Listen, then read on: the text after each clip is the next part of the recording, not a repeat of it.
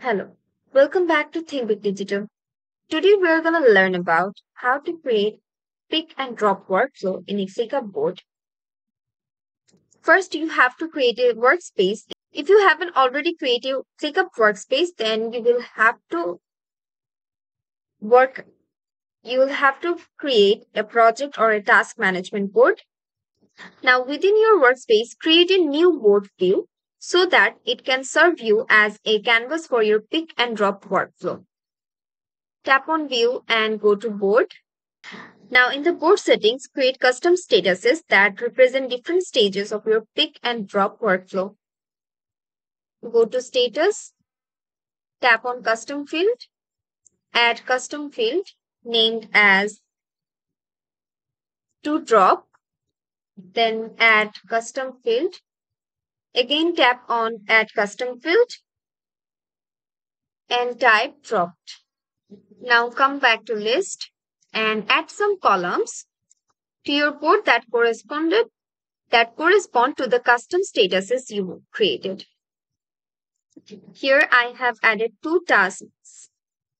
Here I have added two columns here. Now after creating tasks in the first column, you can also assign them to the appropriate team members or assignees. Now you can arrange the columns in order you want to arrange the columns in the order you want your works to.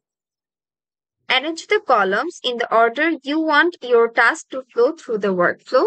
Now go to your list name here and type To Drop.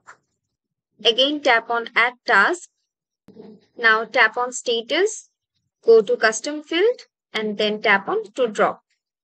From this group, your members can drag and drop the task from to pick column to drop column.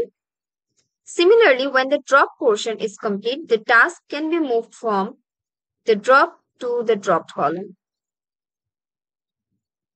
Again tap on View, tap on List,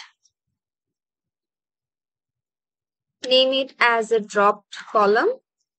Now the team members can complete the To Drop.